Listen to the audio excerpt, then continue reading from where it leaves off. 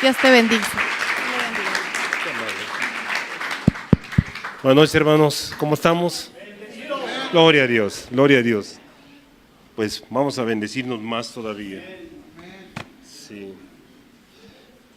El día de hoy, hermanos, quiero darle gracias a Dios por esta gran oportunidad que me da de estar aquí con ustedes, de poder compartir una palabra que considero que es necesaria. O sea, recuerden que hoy es estudio, por lo cual se puede participar, pueden preguntar, pueden, además de preguntar, pueden aportar, que de eso se trata, que aportemos los conocimientos que tengamos, que los saquemos a flote, que los mostremos para que todos nos podamos bendecir más todavía. Realmente a mí estos martes me gustan mucho. ¿Por qué? Porque hay una buena participación de hermanos y reconozco que todos tienen algo que dar en los diferentes temas que se tratan. Se terminó el tema de Romanos, ¿verdad?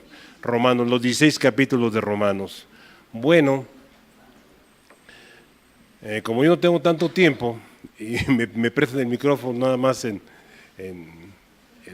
ocasiones especiales, bueno, yo les quiero compartir de otro libro, un libro del Antiguo Testamento.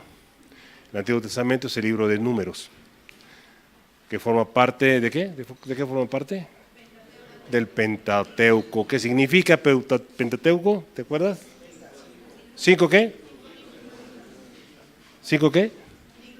¿Sí, hermana? ¿Seguro? Hermana, 5 estuches. 5 estuches, exactamente. 5 estuches. Son 5 estuches donde se guardaban los rollos.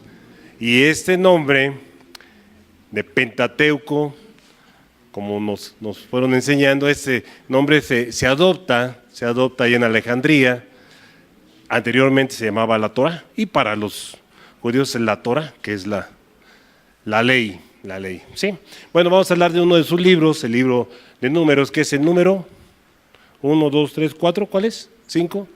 De los 5, ¿cuál es el número? El 4, el cuarto número. Ahí está mi hermano Israel, que ya tomó panorama bíblico. Bien, pero antes de ello, pues yo te invito a que dirijas tus manos a tu humilde servidor para que lo que yo vaya a decir no venga de mí, sino que venga de parte de Dios, ¿sí? Bendito Padre, te doy gracias por la oportunidad tan maravillosa que tú me regalas, Señor, de poder estar aquí al frente de tu pueblo, tu amado pueblo, Señor. Gracias por el mensaje que me has dado, Señor, para que yo les pueda compartir, les pueda hablar de ese maravilloso libro, todo el contenido profundo que tiene. Dame la fuerza, Señor. Dame el discernimiento, bendito Padre, para poder compartirles, para poder guiarlos en esta enseñanza tan especial. Yo te lo pido, bendito Dios, en el nombre poderoso de Cristo, tu Hijo. Amén y amén. Gracias, hermanitos. Gracias. El aplauso es para el Señor por todo lo que hace. Bien, en esta clase les quiero compartir varias cosas de este libro de Números. Ya vimos el cuarto libro de la Torá o del Pentateuco, y quiero ver primero su autor, su nombre, el nombre del libro, por qué se llama como se llama, cómo está dividido, de qué es lo que nos narra este libro, qué es lo que nos muestra además, cuáles son los resultados de la desobediencia que íbamos a caer, cuáles fueron las murmuraciones que se hicieron. Y una parte que para mí es fundamental, yo quiero llegar a ese punto, porque son las comparaciones del pueblo de Israel con la vida del cristiano. Recordemos, el Antiguo Testamento es la sombra de lo que iba a venir. ¿Se acuerdan de eso? Todo el Antiguo Testamento está hecho para darle sustento a la llegada de Jesucristo. Está estructurado de tal manera que va a darle sentido a lo que posteriormente iba a ser nuestro amado Jesucristo. Entonces, siempre, y eso lo platicamos mucho en clase, todo lo que hacemos, todo lo que estudiamos, todo lo que buscamos, todo lo que leemos, debemos de buscar siempre la figura de Jesucristo, la figura de Jesús. Él está en todo lugar, está en toda posición. Entonces, a nosotros, cristianos, seguidores de Cristo, pues con mayor énfasis necesitamos buscar en todo lo que hagamos. Si estudiamos el discipulado, si estamos en panorama, si estamos en doctrinas, si estamos formando nuestro carácter para el siervo, si estamos buscando otros estudios de teología, estamos buscando a Cristo es al que buscamos en todos lados. Entonces, ese punto para mí significativo comentarles esos aspectos, como del libro de Números, de la Torah, se deriva hacia la vida del cristiano. Hay una lección central, una aplicación y por fin una conclusión.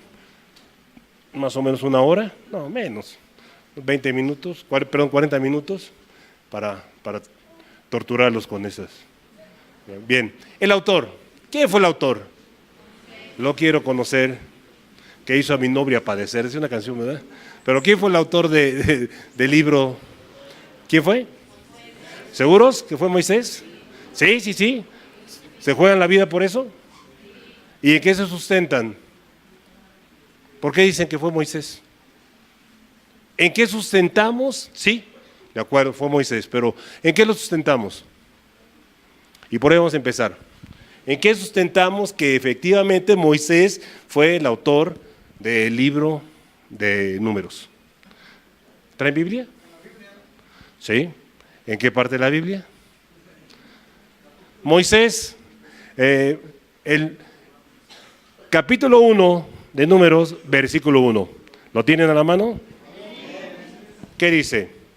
Habló Jehová a Moisés en el desierto de Sinaí, en el tabernáculo de reunión, en el día primero del mes, en el segundo de tu salida, diciendo, ¿sí? Habló diciendo. Moisés escribió sus salidas conforme a sus jornadas por mandato de el Eterno, por mandato de Jehová. Aquí está, ¿sí? Ese es el punto. Número 33, 2, perdón, más que le dije 1, ¿verdad? 33, 2, perdón. En 33, 2, si nos vamos ahí, si son tan amables, 33, 2. Números 33, versículo 2, dice, Moisés escribió sus salidas conforme a sus jornadas por mandato ¿de quién? De Jehová. Estas pues son sus jornadas y ya después ya habla de sus jornadas, sus salidas. Entonces tenía que escribirlas, por eso se dice que él escribió este libro, ¿sí? Bien, entonces eso es lo que nos da la certeza de que efectivamente el autor de este libro se llama Moisés. Además, recordemos que ¿qué se escribía en aquellos tiempos? No sé, pero él sabía escribir. ¿Por qué? Porque él fue educado ¿en dónde? En los palacios de Egipto, ahí con la real sociedad ahí de Egipto, fue educado adecuadamente. No todos tenían ese privilegio, pero él sí sabía escribir. ¿Qué escribía? No sabemos, pero sabía escribir. ¿Sí? Bien. Sí, pero ¿en qué escribía? No sabemos si escribía jeroglíficos, no sabemos si escribía si ya estaba el hebreo, pero él escribía. Creo que sí, ya por ahí andaba, ¿verdad? Ya, de acuerdo a los que nos platicaron el sábado pasado, sí ya existía, porque son 1500 años antes se encuentran algunos vestigios de la escritura hebrea. Entonces, probablemente ya escribía en hebreo. Bien. Bueno, pero él escribía en esa parte. Ahora, ¿por qué se llama Números? ¿Quién se acuerda por qué se llama Números? Por los dos censos, sí, hermanita, gracias. Hubo dos censos, ¿se acuerdan? El primero en el monte Sinaí. Ahí se hacen los censos. si lo recordamos, en el Números 1 del 2 al 46, ahí viene todo el censo. El primer censo que se hace a los 10 días, ahí en el monte Sinaí. Estaban empezando su peregrinar por el desierto. Entonces hacen un conteo de a ver cuántos somos los que salimos de Egipto. Y ahí precisamente en el versículo 46, ahí nos da la cantidad. ¿Lo tienen? Números 1:46. 1:46. Ahí dice la cantidad, porque lo da por tribus y demás, pero ya ahí al final, ¿lo tienen? ¿Cuánto es? 603,550. O sea, sí eran muchitos, ¿verdad? Eran muchos. Bueno, esos 603,550 son los que es el primer censo. Y luego hay un segundo censo. ¿Por qué mandan un segundo censo? ¿Se acuerdan por qué? El segundo censo. El segundo censo que viene en el capítulo 26, del 2 al 51, ahí, pero ya no están ahí en Sinaí, están en Moab. Y ahí manda un segundo censo. Y si ustedes ven en Números 26, 51, ahí le va a decir la cantidad. ¿Me acompañan? 26, 51. Ahí está la cantidad del segundo censo. Después de 40 años, después de 38, 40 años, se hace el segundo censo. O sea, no es inmediato. Pasan largos años cuando hacen el segundo censo. ¿Y cuántos dan? 601,730. O sea, ¿cuánta gente se perdió? 2,000, como 2,000, ¿no? 601,000, 603,000, más o menos como 2,000 paisanos se quedaron ahí atorados. Pero realmente era una nueva generación. Si ustedes recuerdan, todos los que salieron de Egipto, a todos se quedaron en el desierto. Pero la nueva generación, esa es la nueva generación, la que va a entrar. Y los cuentan para repartirles. Los primeros los contaban para saber con cuánta gente contaban para su ejército, para poder llevar a cabo la guerra que les iba a venir adelante. Sí, hermano.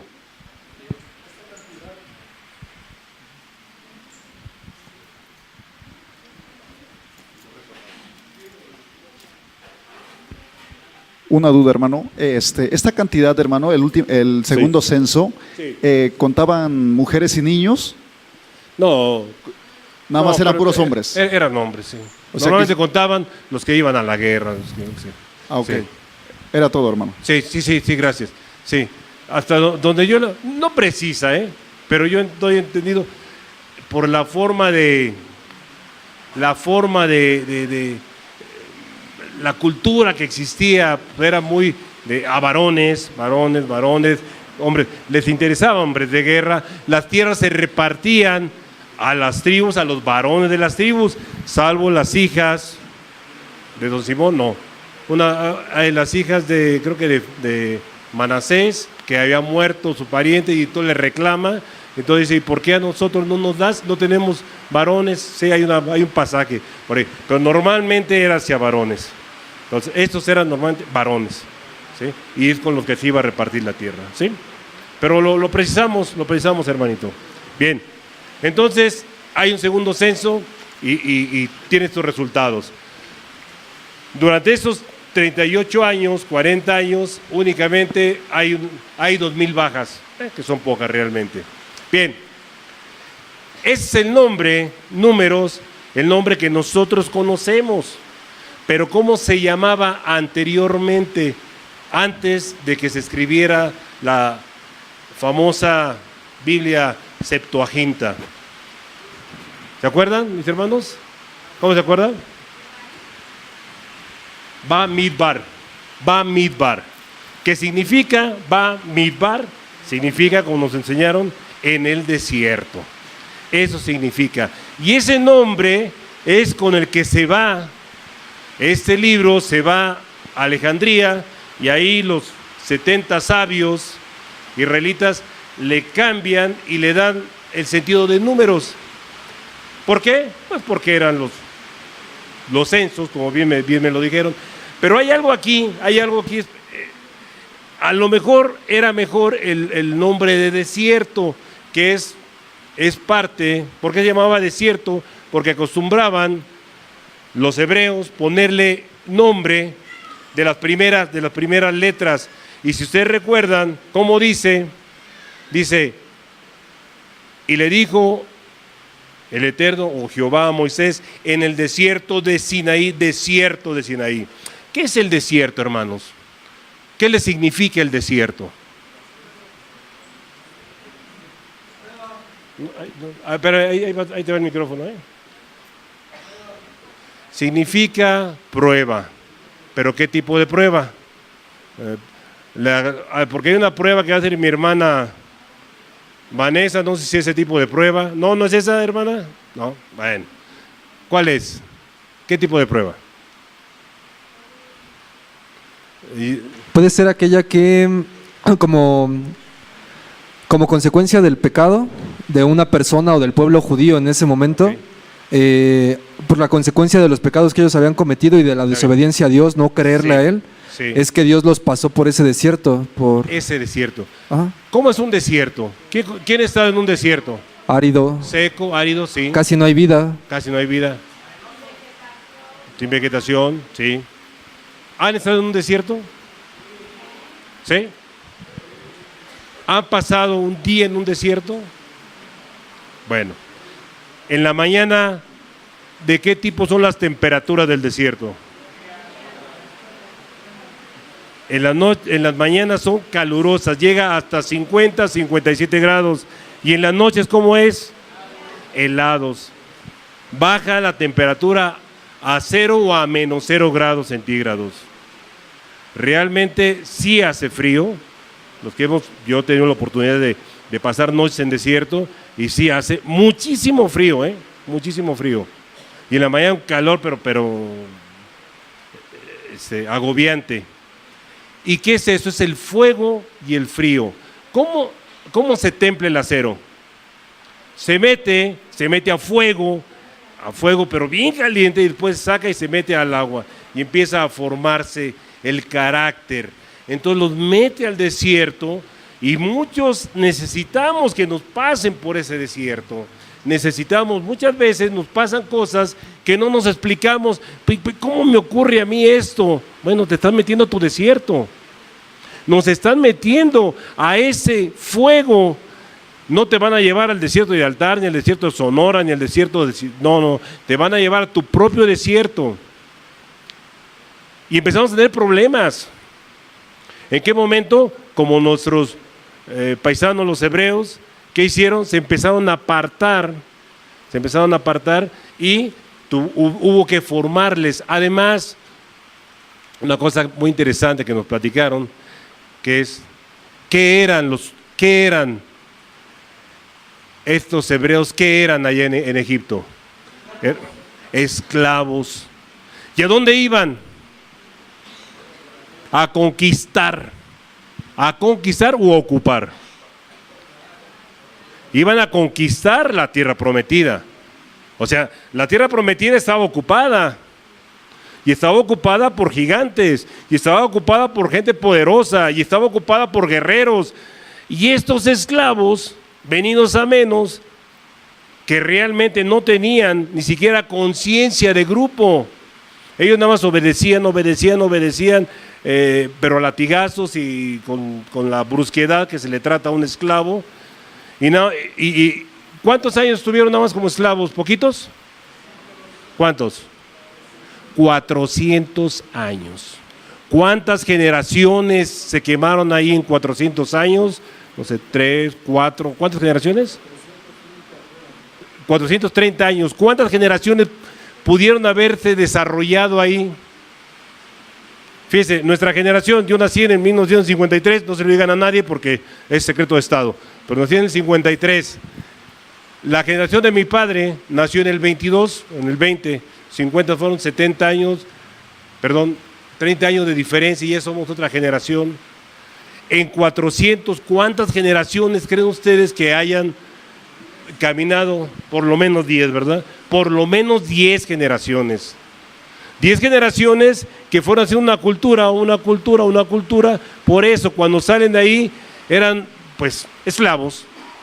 Y había que formarlos, había que forjarlos en el desierto para que ellos pudieran conquistar, poder hacerlos guerreros, poder hacerlos gente que iba a tomar las armas e iba a combatir con los moabitas, con los amonitas, con los heteos, con los geteos, con todos esos paisanos de Canaán. ¿Sí? Entonces tenían por necesidad que pasar ese desierto y por eso los meten al desierto y por eso lo llevan, y esto nos lo refleja Números. ¿Y saben por qué escogí el libro de Números? Porque en días pasados me comentaron algunas hermanas, dicen, no, es que ese libro de Números está muy feo, está muy árido y muy cansón, pero realmente mi intención de platicarles es para que se interesen por este libro y por todos, por supuesto, ¿no? Pero si alguien dice, ¿cuál es el libro que más te gusta? ¿Y cuál es el que menos te gusta? Creo que muchos se van por números, y empiezan, y que Rubén con 50,000, y es cansón. Bueno, pero tiene su propósito, tiene sus objetivos, y por eso le pedí la autorización al Señor para hablarles de este libro de Números. Bien, entonces, esos son sus nombres: desierto, Bamidbar, en hebreo, números, ya para el griego, para la escritura griega, con la Septuaginta. Bien, hay 3 grandes divisiones en este libro. La primera es el primer censo, porque desde el principio empieza con el censo, por eso se llama Números. La orden divina para servir, ¿por qué? Porque en todos estos se dan órdenes de servicio y estará en el templo y estará haciendo, siempre hay una orden para servir en esa primera parte, y por supuesto son los últimos días en el Sinaí, de ahí empiezan a caminar. Bien, la segunda parte está desde que salen del Sinaí hasta el fracaso en Cades, que lo va a hacer más adelante, y los 38 años errantes en el desierto. ¿Y qué hacían? Murmuraban y se molestaban y andaban de la greña y se apartaban, y por eso les fue como les fue. Y por último termina con la victoria hacia los reyes paganos de Moab. Viene el segundo censo y la preparación para la entrada, ¿sí? En ese segundo censo es la preparación para entrar a tomar la tierra prometida. ¿Sí vamos bien? Esas son las 3 partes en que tenemos dividido este libro. Su inicio desde el monte Sinaí, su primer censo y su preparación para servir. Lo estaban preparando para servir, lo estaban preparando para que atendieran el tabernáculo, lo estaban preparando para que ejercieran su sacerdocio, lo estaban preparándose para poder servir. Nosotros los cristianos, ¿qué hacemos? ¿Para qué estamos aquí? Para servir. A servir. Nosotros estamos hechos para servir. ¿Cómo se llaman los que ya tienen el audio? Mi hermano Edgar, que está aquí con la camarita. ¿Qué son? Servidores. ¿Sí? Somos servidores. Los que son líderes servidores. ¿Qué son los pastores? Servidores. ¿Y qué es Cristo? Es el mejor servidor. No lavó los pies a sus discípulos, no dio su sangre por ti y por mí, no murió en la cruz por ti y por mí, no vertió todo, no se dio su vida por ti y por mí. Voy a darle un aplauso, por lo menos. Sí, hermanos, y si queremos ser seguidores de Jesús, ¿qué tenemos que ser? Servir, ser servidores. ¿Sí? Así es que no estamos hechos, los que tenemos la bendita gracia de estar ocupando un liderazgo, de que tener mi séquito que venga, que me atienda, que me cuide. No, ¿Qué hacía mi hermano Paco y mi hermano? Andaban allá en los bautizos, viendo que no faltara nada, viendo que se sirviera, viendo que estuviera todo en orden. Estaban sirviendo. ¿Qué hacen mis hermanos de jóvenes? Están ahí arriba, preparando todo para servir. Esa es nuestro gozo, que tenemos la oportunidad de dar un servicio. Es más, ¿para qué vienen a discipularse? ¿Para qué se empiezan a preparar y se van a los cursos y demás? Y entonces ya puedo servir, amén, ya puedo servir. Entonces nuestro foco es servir. Bueno, lo mismo, los hebreos se iban preparando para servir, que esa es la primera parte de este libro maravilloso de Números, en donde los censan y empiezan a servir. Después viene su salida y empieza su traslado.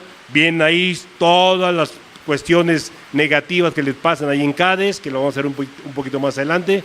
Y por fin viene el triunfo cuando derrotan a los moabitas y cuando se preparan para entrar a tomar la tierra prometida. ¿Así estamos? ¿Vamos bien? Bien. ¿Qué nos muestra?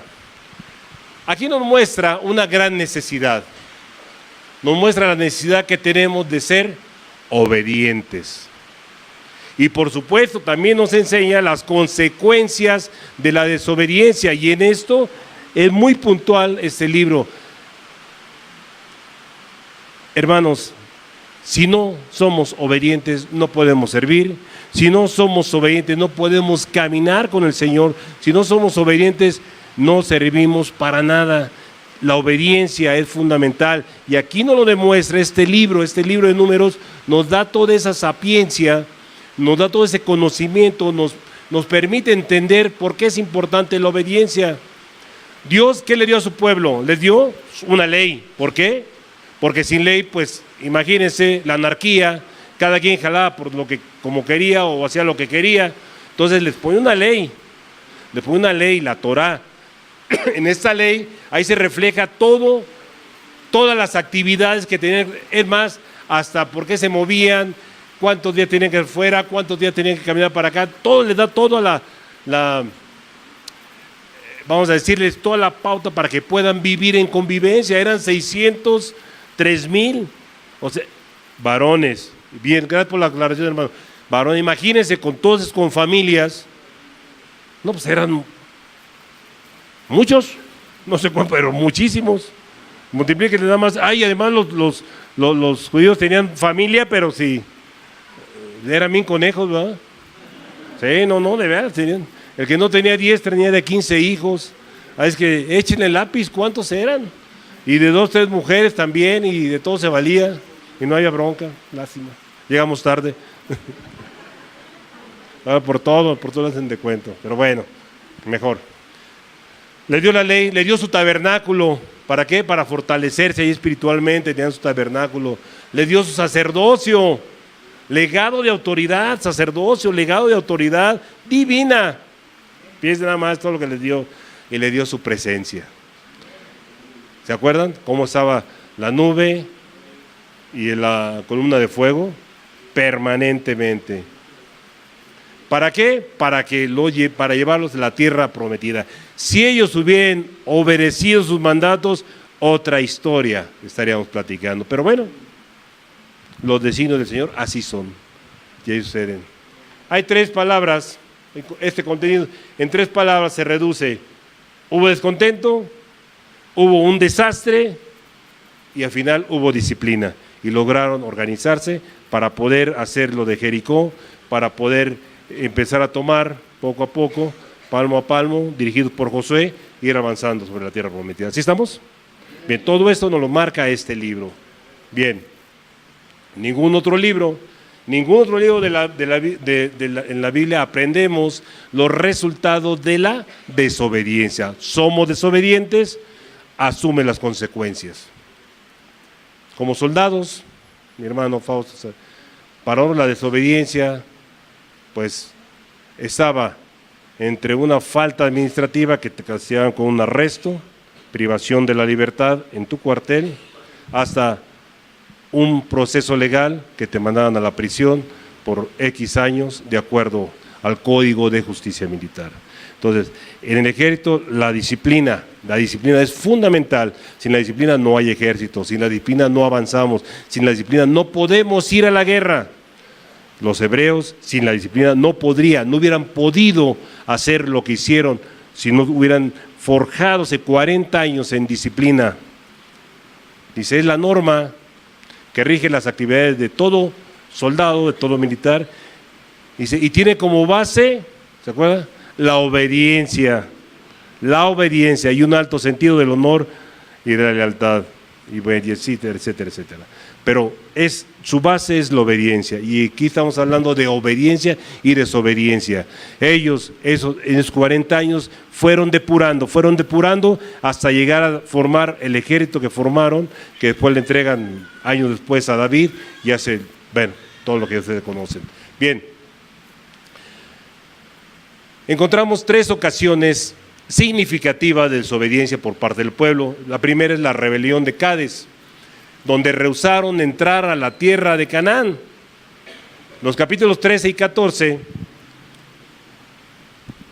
donde habla de los 2 espías, y el 14, donde habla de los israelitas que se quejaban contra Dios, se quejaban contra Jehová. Esas son las dos primeras desobediencias significativas. Son largos los capítulos, no los vamos a leer, pero cuando vean, recuerden esos dos capítulos, 12 y 13 son los que nos marcan, 13 y 14 son los que nos marcan claramente las desobediencias del pueblo de Israel. Los espías murmuradores, Dios, ¿qué hizo? Hizo abrir la boca de la tierra y se tragó a todas las personas. Es la consecuencia. Nosotros aquí decimos, pues no se ha abierto la tierra, pero como si se hubiera abierto, ¿no? Cuando nos desobedecemos y nos apartamos, nos empiezan los problemas y nos quejamos, ¿verdad? ¿Y por qué me está pasando esto? ¿Y por qué cada día se me presentan enfermedades? ¿Y por qué cada día esto y aquello? Y estoy seco espiritualmente. Es fundamental, hermano, es fundamental que no te despegues del Señor. Y la mejor forma de hacerlo es congregándonos. Es la mejor forma. ¿Por qué? Porque aquí nos animamos unos con otros. De eso se trata. Las congregaciones, a eso venimos aquí, a darnos el apapacho, a darnos la bendición, a escucharnos unos a otros. No venimos a enjuiciarnos, no venimos a molestarnos, no venimos a hablar mal del vecino. Porque si lo hacemos así, es parte de la desobediencia y hay consecuencias. Hay consecuencias, hermanos. Si venimos aquí y estamos, ay, mira la hermana, ahí viene otra vez con su peinado de lado. Lo más que yo no me peino, es lo bueno, para que no me burlen de mi peinado.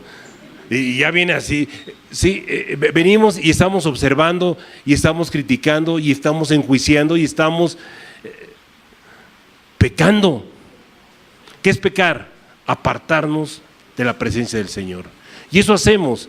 En cambio, si venimos y buscamos al hermano y le damos así, por eso cuando nos dicen los predicadores, voltea y dale una sonrisa. A ver, háganlo, dense una sonrisa. ¿Por qué no lo hacen? Dense una sonrisa, sonríele aunque sea tu suegro, no importa. Hay que sonreírnos, es un regalo, la sonrisa es un regalo, el abrazo es un regalote.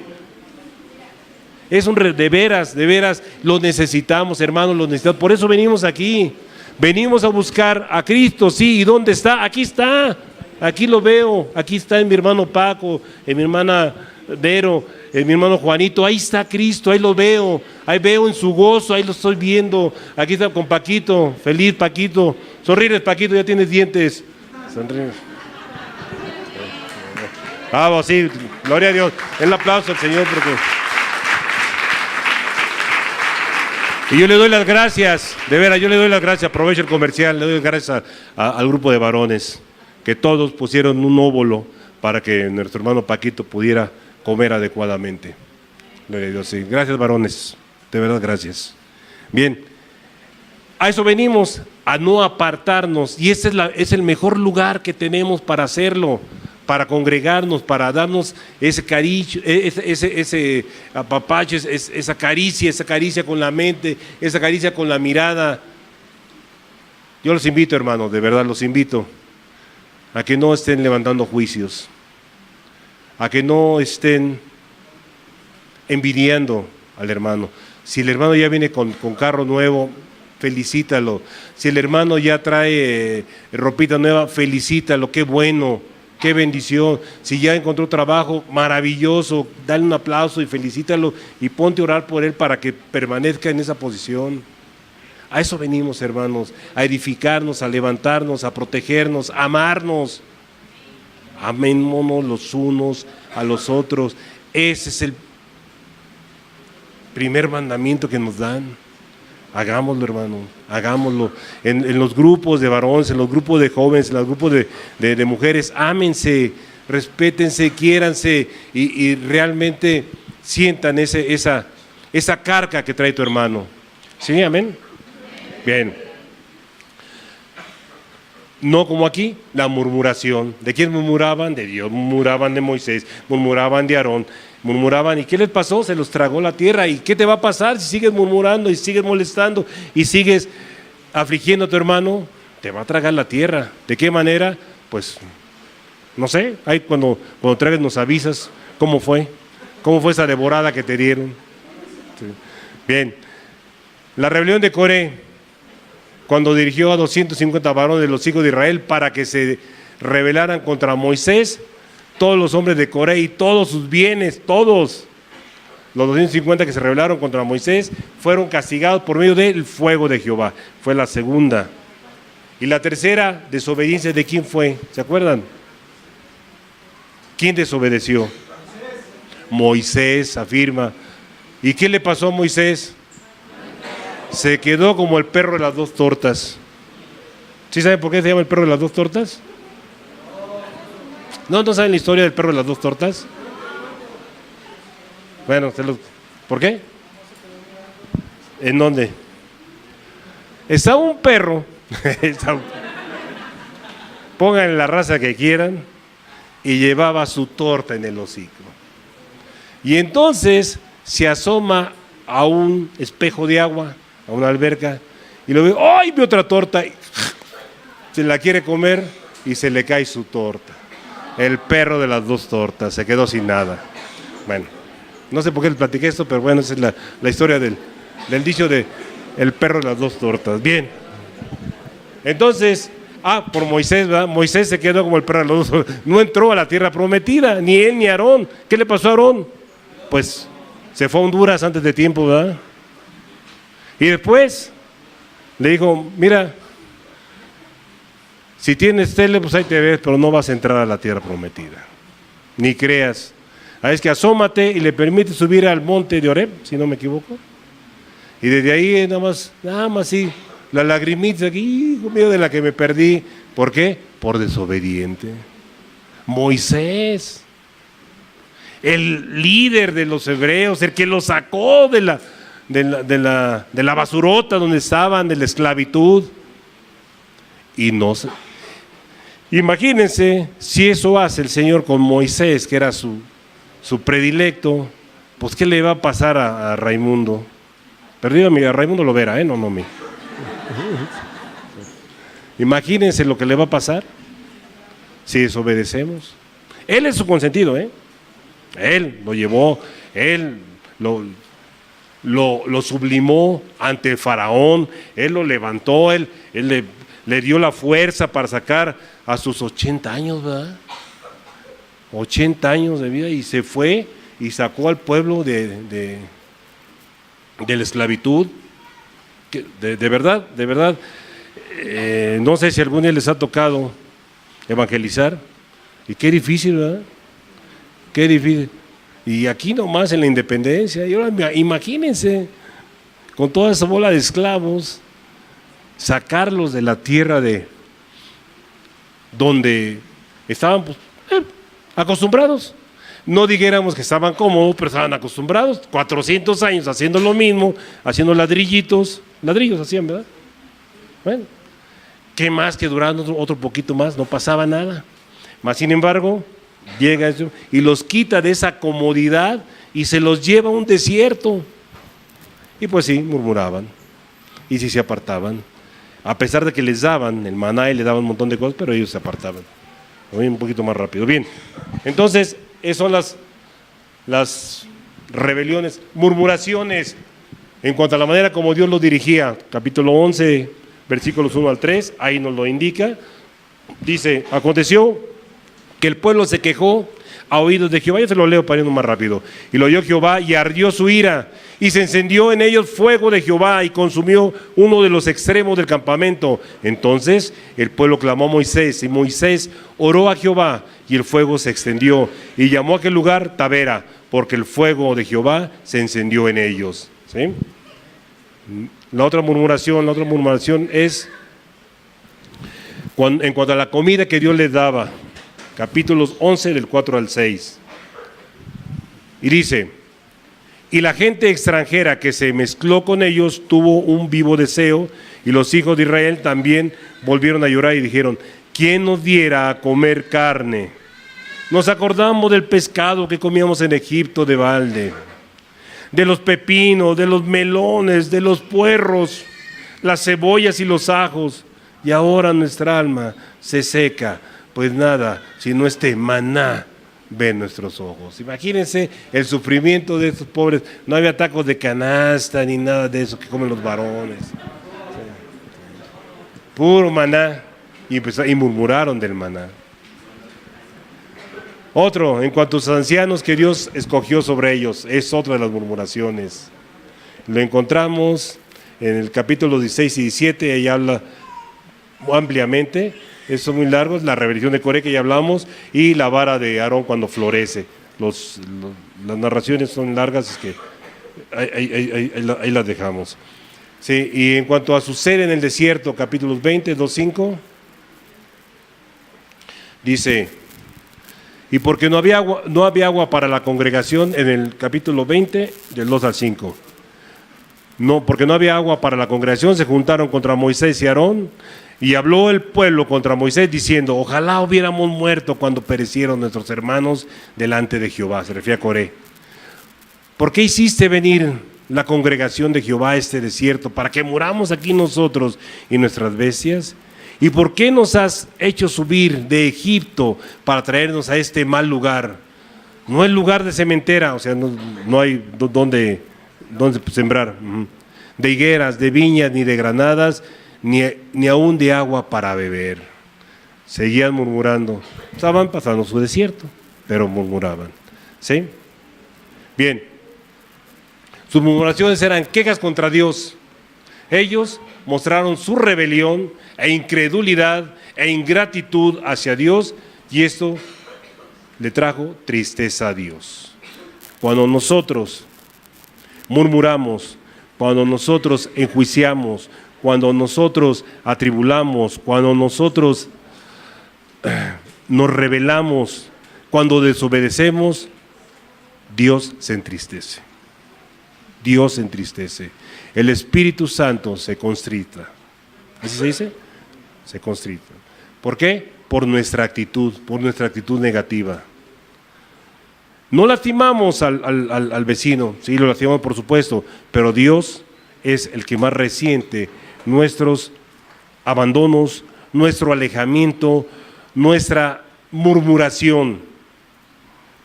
No es que el pastor hace y yo vengo aquí, pero no me hace caso, y lo que dice, pues ya me cansó, y etcétera, etcétera. No, y el hermano fulano, y andamos murmurando y andamos viendo los defectos. A todo el mundo los tenemos, sí, pues vos los tenemos. Pues ora porque no los tenga. ¿Por qué? Porque estamos lastimando a Dios. Lastimamos los sentimientos del Espíritu Santo. Él es bueno, siempre es bueno. Tiene una gran misericordia, si no estuviéramos aquí. Su gracia es eterna. Nos da lo que no merecemos. Esa es la gracia. Nos da aquello que ni siquiera merecemos. Nos quita lo que sí merecemos, misericordia. Todo aquello que sí nos deberían de dar, nos deberían dar de palos, nos deberían de tratar mal. ¿Por qué? Porque somos rebeldes, porque somos mentirosos, porque engañamos, porque lastimamos, porque ofendemos, porque maldecimos, porque etcétera, etcétera. Por todo eso que ustedes saben que hacían, espero,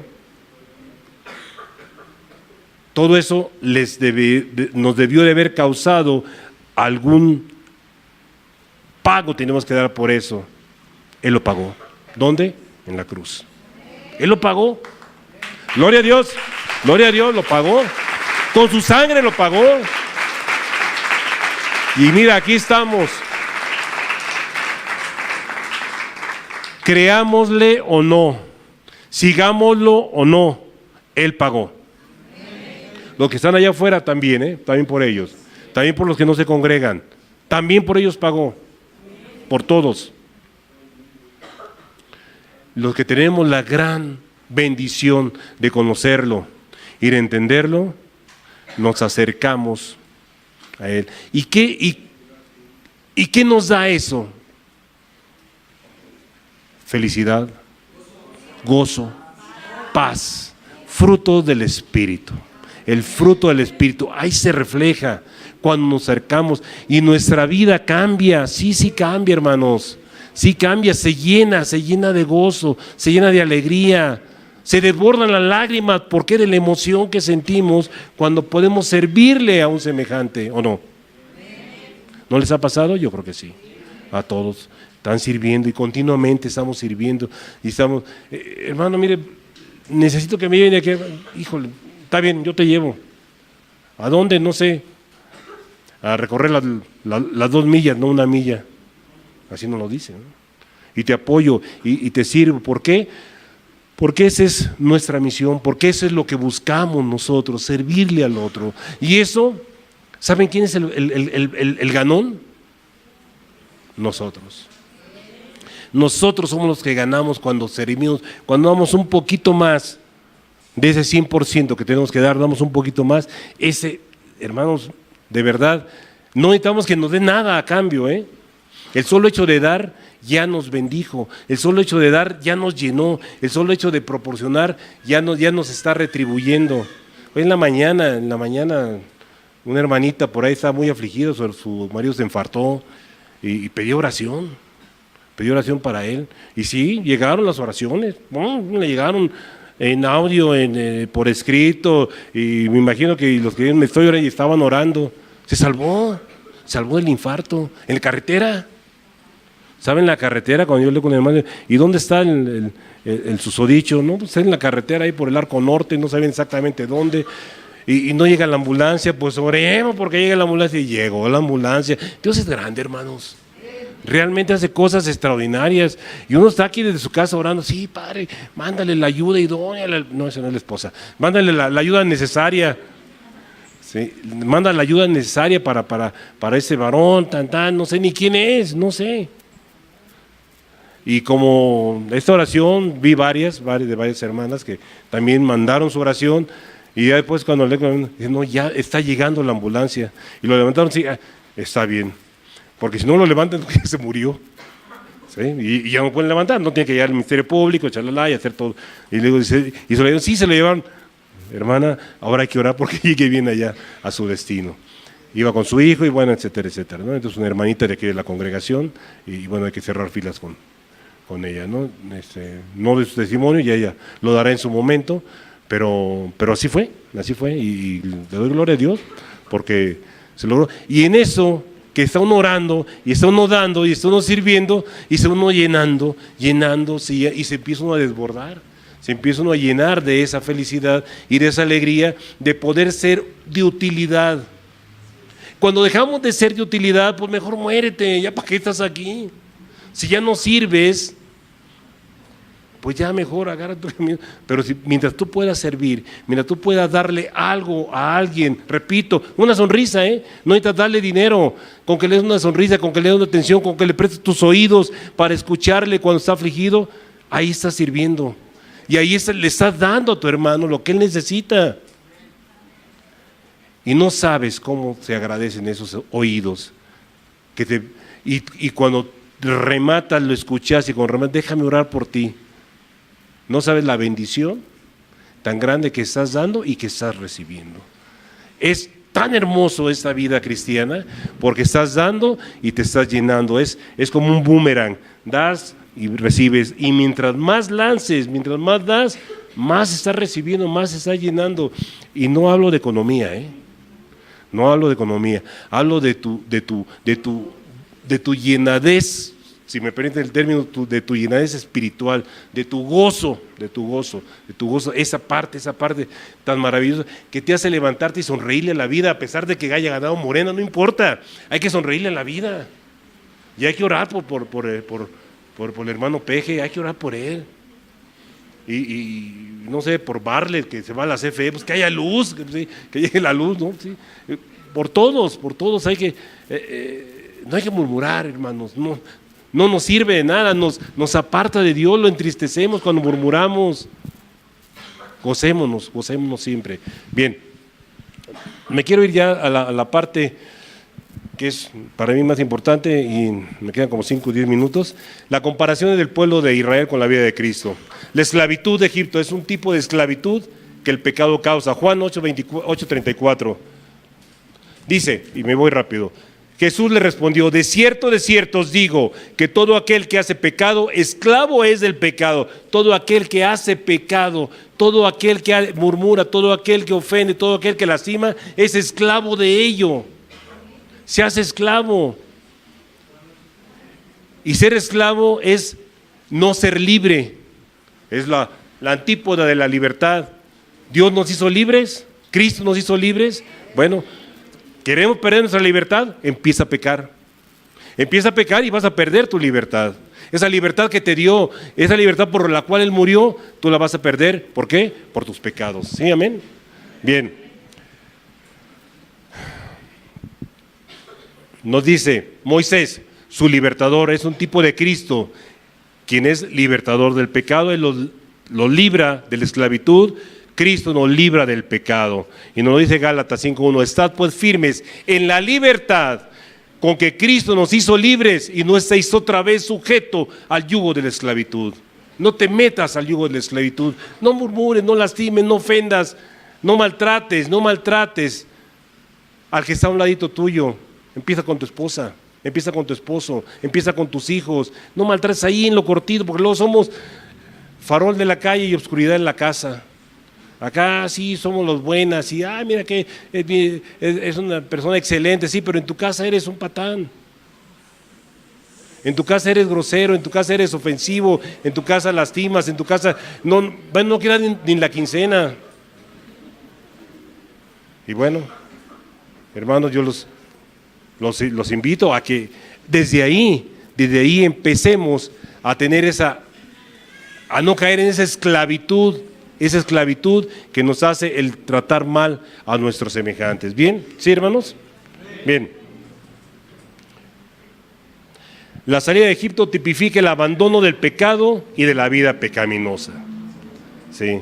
2 de Corintios 6, 17 y 18 nos dice, por lo cual salid de en medio de ellos y apartaos, dice el Señor, y no toquéis lo inmundo,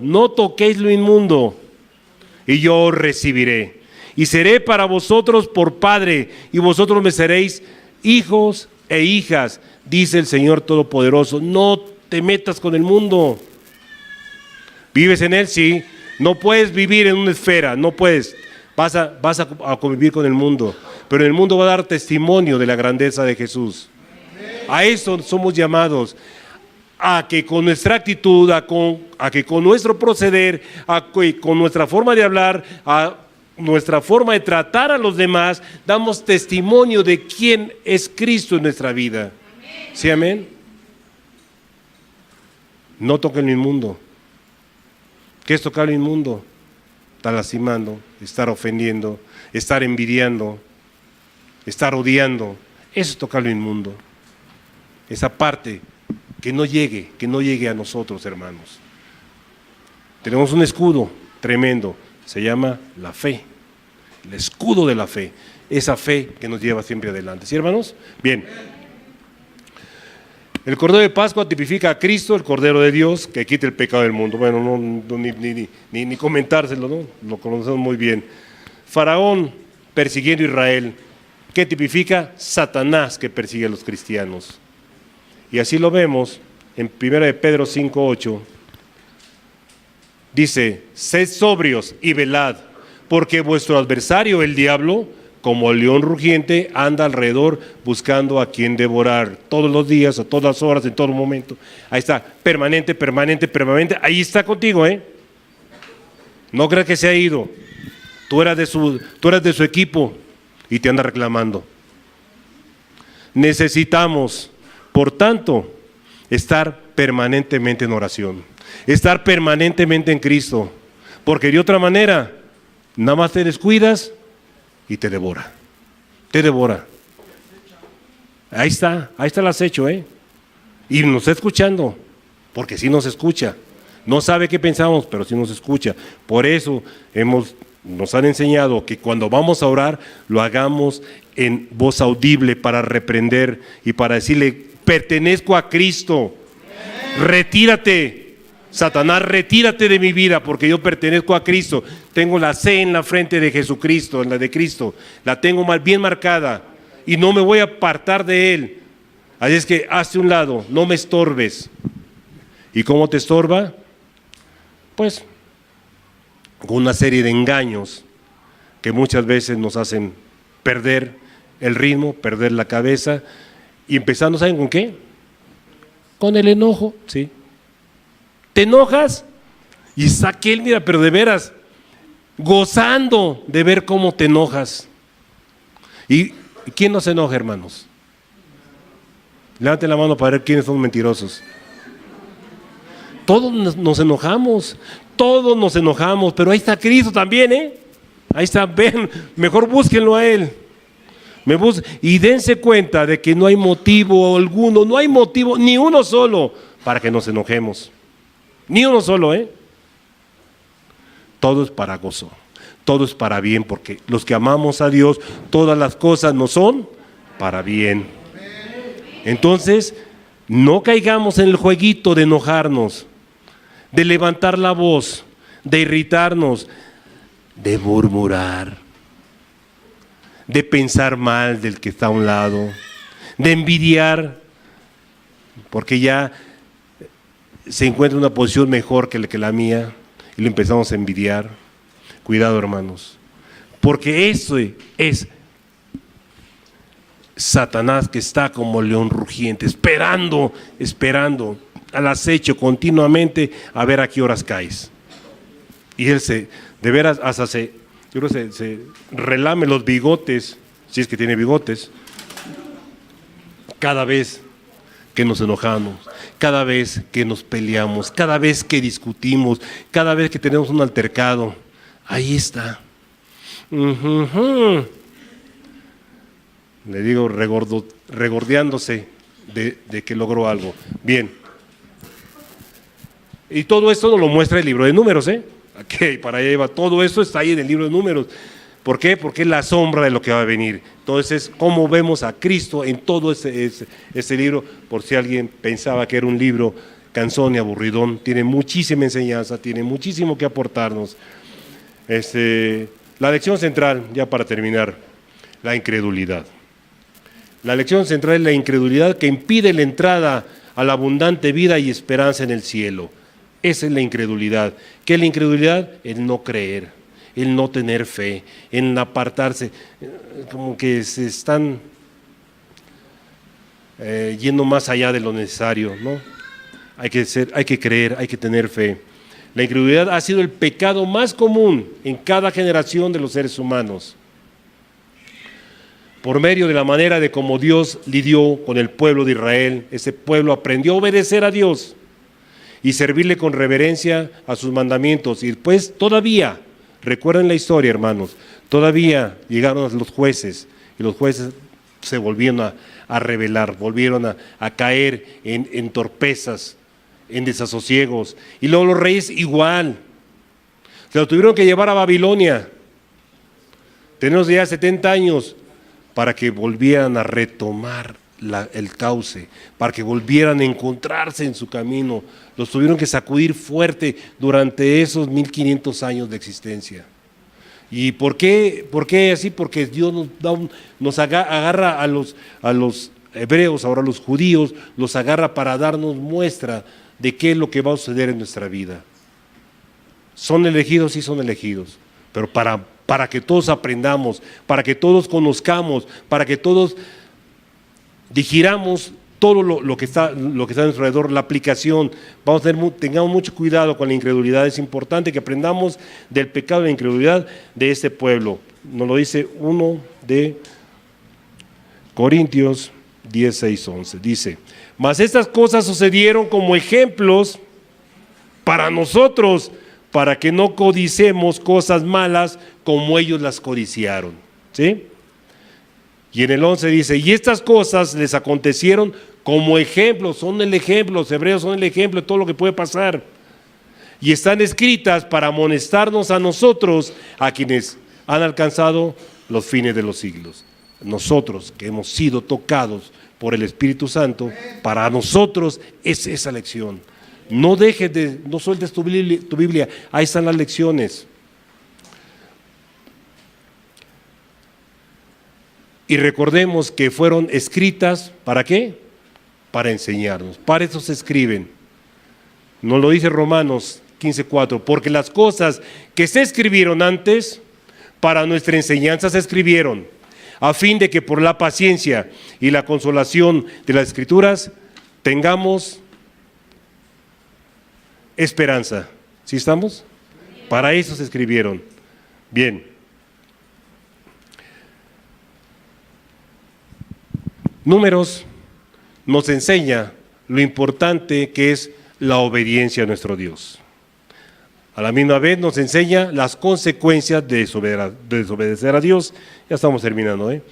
Que Dios, de verdad, que Dios nos ayude a ser obedientes, a que su voluntad sea que nosotros, para no experimentar su ira en cualquier momento. Yo los animo, hermanos, los animo a que estudien este libro con profundidad, este y todos los libros de la Biblia. Véanlo con profundidad, no lo lean por compromiso, no lo lean porque los tengo que leer, porque es parte de mi devocional. Léanlos con esa profundidad de todo lo que está adentro, todo lo que tiene nuestra Biblia. Conclusión, hermanos: si nos perdemos, no es culpa de Dios, es culpa nuestra. Denle un aplauso a Dios, por favor. ¿Sí?